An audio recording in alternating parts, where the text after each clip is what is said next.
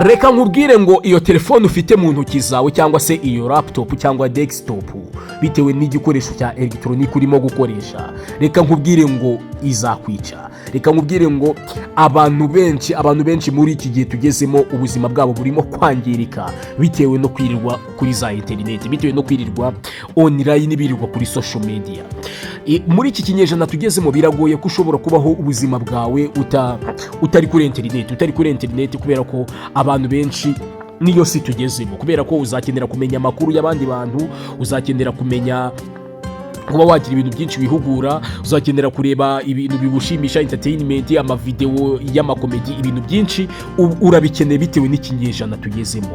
Ariko aka kanya muri iyi video ndagira ngo turebere hamwe ibibi by'iyi interineti twirirwa dukoresha, cyangwa se izi telefone twirirwa dukoresha n'izi laptop, noneho ku buryo ugomba kugabanya igihe umara kuri interineti niba utari kuri interineti mu buryo bw'akazi, cyangwa se urimo kubyaza umusaruro interineti yawe, iyo telefone cyangwa se iyo laptop, aho kugira ngo wenda uyifate ureba ukurikirana iby'abandi, wenda se bitanagufitiye umumaro, bishobotse wayikoresha urimo kuyibyaza umusaruro.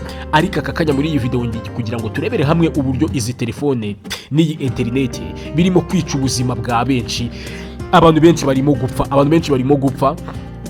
Ntabwo internet cyangwa se kwirirwa kuri social media ntabwo bihita bikwica ako kanya, ariko nyuma y'igihe, uko igihe kigenda gitambuka, nibwo ubuzima bwawe burangira. Iyo ubuzima bwawe butarangiye muri ubu buryo buri physically cyangwa se mu buryo bufatika, wenda urwaye indwara yaturutse gukoresha iyo internet, kwirirwa ku matelefone n'amalaptop, byica intego zawe z'ubuzima. Ugasanga umuntu abayeho adafite intego z'ubuzima, adafite icyerekezo, bitewe no kwirirwa akoresha interineti cyane, cyangwa se kwirirwa ku masocial media.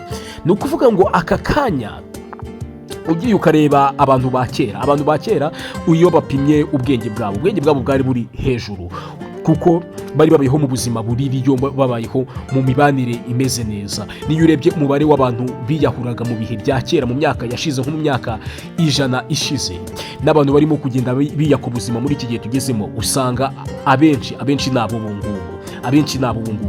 Rero ni ukuvuga ngo izi telefone ndi kugira ngo nkwereke ukuntu zangiza ubuzima bwawe. Ni ukuvuga ngo aka kanya ubushakashatsi bwakozwe, cyangwa se ubushakashatsi bumaze kujya ahagaragara, bwerekana yuko telefone cyangwa se interineti iri mu bintu bitwara imbaraga nyinshi ubwonko bwacu.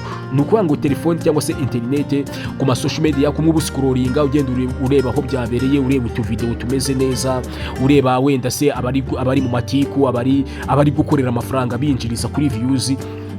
Buriya ubwonko bwawe buhatakariza imbaraga nyinshi, kandi izo mbaraga ubwonko bwawe butakaza nizo zakabaye ziri kugufasha guhindura ubuzima bwawe, cyangwa se kuba wasoma ibitabo, kuba wajya kuganira n'inshuti zawe. Icyo ni icyambere. Ubwonko bwawe butakaza imbaraga nyinshi kubera ko buhora bwakira amakuru mashyashya. Noneho niyo mpamvu uzasanga abantu benshi muri kino kinyejana batagibasha gufata mu mutwe, ku buryo ushobora kumereza n'ibintu ngo bifate mu mutwe akaba yamaze kubyibagirwa. Nyine ubusanga kwibuka ntabwo bikunze korohera abantu bo muri kino kinyejana, bitewe nuko imbaraga nyinshi z'ubwonko ziba zamaze gutakara kubera kwirirwa kuri screen. Noneho iyo imbaraga z'ubwonko zakomeje gutakara, urumva hari intego zawe z'ubuzima ziba zirimo kwangirika. Noneho hari abantu benshi bica amasaha yo kuryama. Niba wenda umuntu tuvuga ko yakakwiriye kuryama amasaha 8, cyangwa se akaba yagakwiriye kuba yaryama amasaha ari munsi y'8 bikurikije wenda n'imirimo yarari gukora, ugasanga wowe uryamye saa 7, uryamye saa 6, uryamye igihe amasaha yarenze, ariko nta kintu gifatika wari urimo gukora, ahubwo wari uri kuri telefone urimo guscrollinga, ureba nyine amavideo. Icyo gihe uraza gusinzira nabi, birangira nyine ubuzima bwawe butagenze neza, kubera ko uraza gusinzira nabi bikurikije nyine n'urumuri rwa telefone rwagiye rugutwara ubwonko, kubera ko hari hormone bita melatonine. Ino hormone yitwa melatonine, runo rumuri ruva muri screen rutuma iyo hormone itaba secreted, ku buryo ushobora kujya kuri telefone bukaba bwanagukeraho, kuko ubundi ubuzima bwa muntu n'imisemburo cyangwa se n'ama hormone.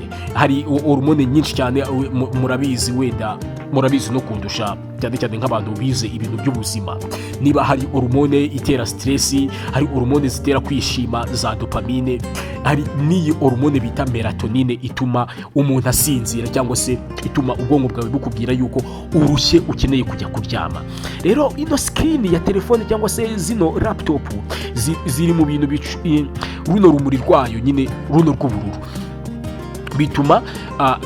bituma ino hormone bita melatonine itaba secreted cyangwa se n'umusemburo utabasha kuvubuka kugira ngo ube wahita wumva ugize ibitotsi. Niyo mpamvu uzasa ujya nko mu cyaro cyangwa se nk'abantu baturiye mu cyaro cyangwa muri biriya bihugu bitaragira internet yakataje cyane, uzasanga abantu baho basinzira kare ugasanga nk'abantu saa moya bamaze kuryama kubera ko ino hormone ibiri kuba secreted kubera ko ntabwo birirwa mu matelefoni. Rero nakubwira ngo gerageza ugereranye igihe cyo kuva online, ugerageza igihe cyo kuva ku matelefone ube wabaho mu buzima buririyo.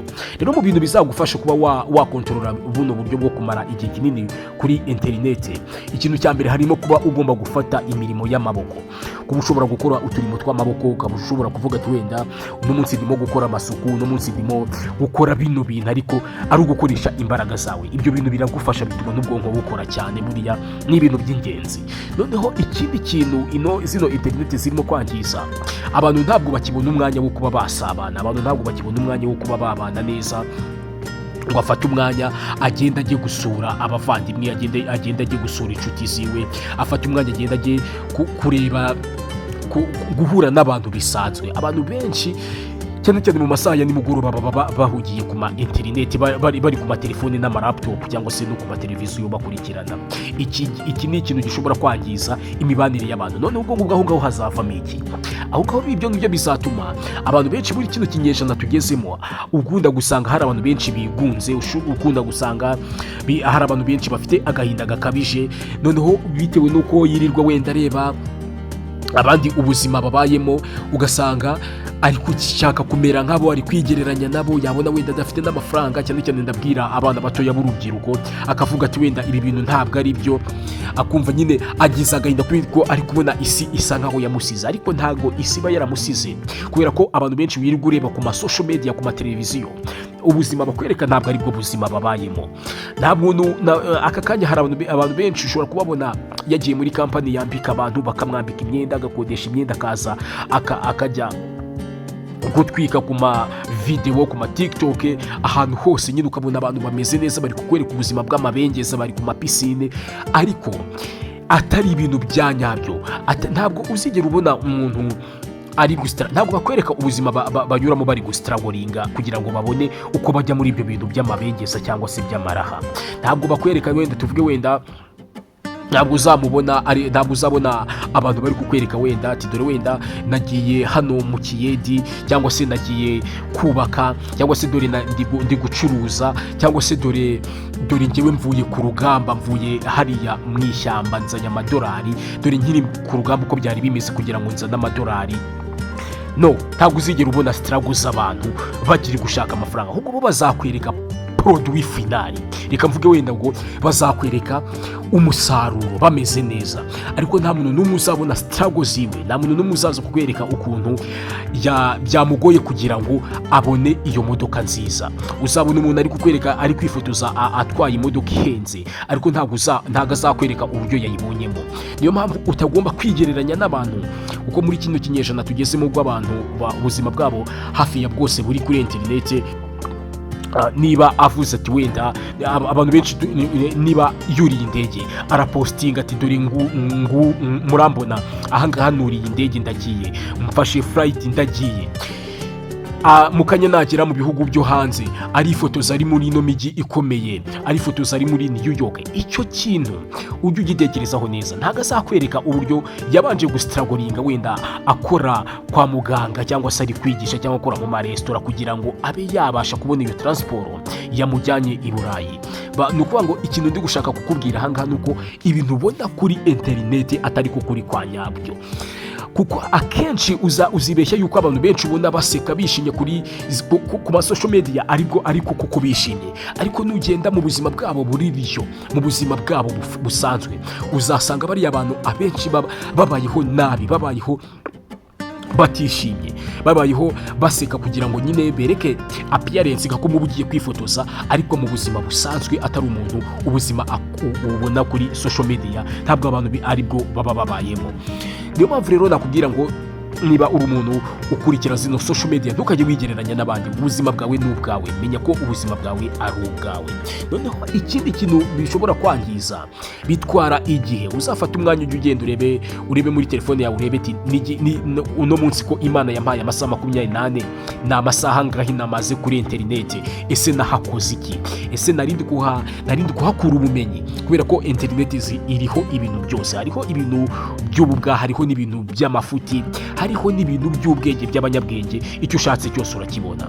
Uze nuzajya usoza umunsi ujye wikorera isuzuma, urebe se uyu mwanya namaze kuri internet nahakuye iki? Ese narindi kuhakorera amafaranga? Ese narindi mu kazi? Ese narindi kwihugura mu bumenyi?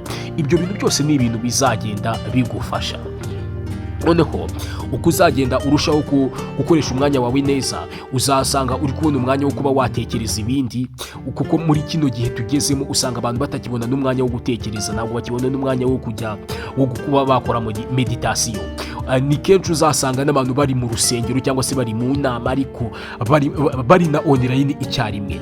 Ubwonko bwawe uri kubunaniza, ubwonko bwawe uri kubuha ibintu budashoboye kwikorera. Ntabwo ubwonko bwawe bwagenewe kuba bwajya ahantu hatandukanye icyarimwe. Ntabwo ubwonko bwa managinga isi ebyiri icyarimwe, ngo ube uri online ngo ube uri no gukora ibindi. Oya, rero bitewe n'uko abantu benshi bagiye baba addicted ku social media, wiscrolling bareba amavideo, byabereye he n'ibiki bicicitse, ibyo bintu bigutwarira igihe kandi biba birimo kwangiza igihe cyawe. Ariko nakubwira ngo menya neza yuko igihe cyawe cyo kubaho ari gitoya.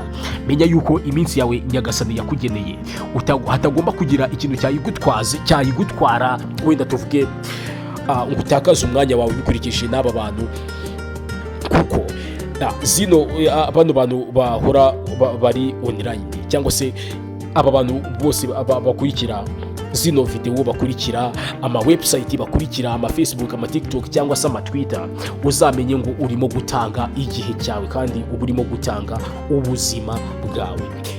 Rero bizagufasha kuba ushobora gukontorora igihe cyawe, kubera ko mu bintu dufite ubushobozi muri ino si ntabwo ushobora kongera igihe cyawe, ariko ikintu ushobora gukora ni uko ushobora gufata cya gihe cyawe ukakibamo neza, ukagikoramo ibintu bikomeye bitewe nuko wamanaginze igihe cyawe. Ariko social media nizikomeza gutwara ubuzima bwawe, nizishobora kwangiza ubuzima bwawe, kizaba ari ikibazo. Hari n'uburyo ushobora kujya kuri social media ukarebaho ibintu biteye ubwoba, ukarebaho ibintu bibi bitari byiza bitanakubaka, ukareba ibintu byo gufata amarangamutima yawe, ugasanga ubuzima bwawe burimo kugendera kuri ano social media. Rero wibuke gukora subscribe kugira ngo dukomeze tubane umunsi ku wundi, kandi wibuke gukontorora uburyo ukoresha igihe cyawe ku social media. Urebe neza niba social media iri kukubyarira umusaruro cyangwa irimo kugutwara igihe cyawe, kandi hari ibindi wakagombye gukora, kuko biri no mu bintu biri gutera indwara nyinshi. Ugasanga abantu benshi cyane cyane muri Leta Zunze Ubumwe za Amerika, abantu benshi bari kugira umubyibuho ukabije kubera ko nta mwanya wo gukora siporo babona, birirwa online, mu gitondo ni online, ukibyuka ni social media, cyane cyane abantu b'urubyiruko. Nakubwira ngo urebe neza uburyo ukoresha igihe cyawe maze ubigabanye, kuko nta kintu kidashoboka. Ni wowe ubyishyiramo ukavuga ati ibi bintu ngomba kubihagarika kandi ngomba gutwara ubuzima bwawe muri ubu buryo, aho kugira ngo ubuzima bwawe ubutware mu gihiriri, niko navuga, cyangwa se umeze nka nyiragiyo bijya. Niba bashyizeho video nziza uhita umara amasaha 2 uri online kandi nta kintu kizima, atari nacyo kintu wari wateguye ugomba gukoramo. Uzasanga n'abantu bari mu kazi, akigera mu kazi nawe yafashe umwanya ngo abe yasoma ibitabo cyangwa abe yakwihugura mu bindi bintu, cyangwa se ngo akiri ibindi bintu abe yakora, ariko ugasanga yahise afata umwanya we ari online kandi nta kintu ahakura, ari ukureba ngo byabereye he, bimeze gute. Biri mu bintu rero biri gutuma ubuzima bw'abantu muri kino kinyejana burimo kwangirika, abantu benshi ubuzima bwabo bukaba bwagenda nabi. Wibuke gukora subscribe kugira ngo dukomeze tubane umunsi ku wundi. Ciao.